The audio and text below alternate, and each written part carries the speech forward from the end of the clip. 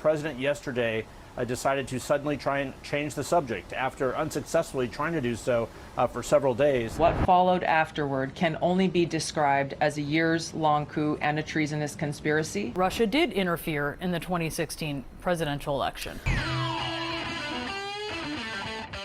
A new conspiracy has been unlocked by the right in their now desperate attempt to distract from the new bombshell reporting from the Wall Street Journal, owned by the same dude who owns Fox News, mind you, that Trump is in fact in the Epstein files and knew so as far back as May, showing why he reversed course on them so abruptly. So now, of course, MAGA is trying to tie Obama to Trump's investigation in 2016 over Russia collusion? I don't know, but leave us a like on the video if you can. It helps our channel out. It lets us know you enjoy the content, and we're gonna break all of this down step by step using a CNN segment. A short time ago, the DNI Tulsi Gabbard outlining claims of an alleged conspiracy by top Obama administration officials to manufacture the idea that Russia interfered in the 2016 presidential election, which is something that is just true and long held, that Russia did interfere in the 2016 presidential election. Republicans and Democrats said so quite publicly at the time. Well, yesterday, President Trump said former President Obama was guilty, quote, of treasonous behavior. Today, DNI Gabbard did not go that far.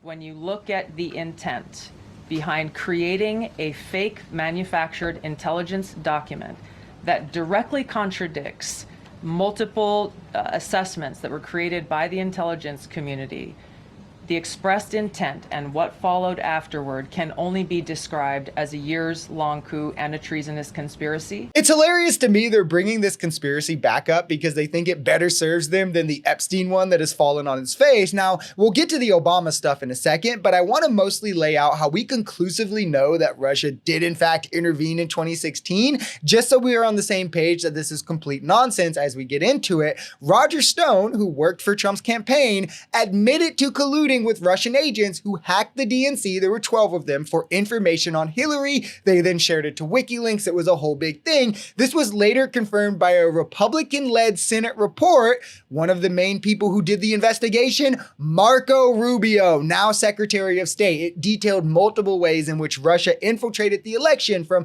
social media to direct hacking of DNC files and emails, where Trump then also personally admitted that his son met with the Russians to gain information on the election. Literally all of this is proven. None of it is debated in serious circles. Most of it has been admitted to by the people who did it. The only thing that couldn't be proven was willful intent to break the law. They couldn't prove that Trump knew he was breaking the law in doing so, which is a necessary component for conspiracy, which is why Trump directly was not charged, but multiple people in his campaign were. She misstated a couple things in terms of one, she said that the variety of reports disagreed with this, but you'll remember the Republican report from the Senate, which Marco Rubio, then of course a Florida Republican senator, now the Secretary of State, one of the president's top advisors, he also concluded with that assessment at the time. So it was hardly a one-sided assessment. So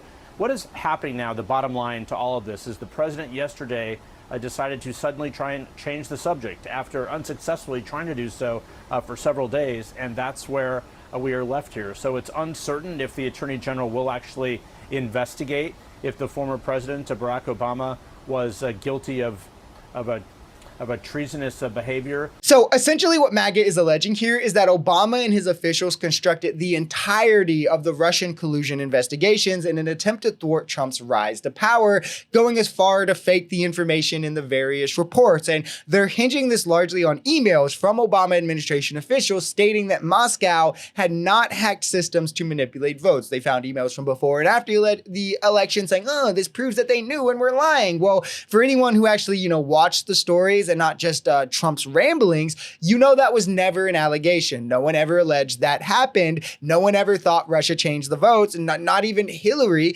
contested the outcome of the election based on the interference from Russia. Hillary literally conceded the race immediately, never contested it in court. The larger issue really with the interference is, what does Trump now owe Russia for it, as he not only clearly welcomed it, but his campaign as a whole probably orchestrated it. The spokesperson for the former president yesterday called this bizarre and ridiculous. So they normally don't comment on things that the Trump administration is saying or doing, but they said this was one example of where they thought they had to say that it simply is bizarre and ridiculous in their words. So look, the bottom line to all of this is the Justice Department certainly has enough on their plate with the questions about Jeffrey Epstein. It's unclear if they will also go ahead and investigate this. Never mind the fact that the statute of limitations also may have run, given that it's almost 1 decade since then. I mean, there's not a single prosecutor worth their weight in salt that would take this case, this absolute nothing burger, and ruin their career and reputation over it. I mean, it essentially serves to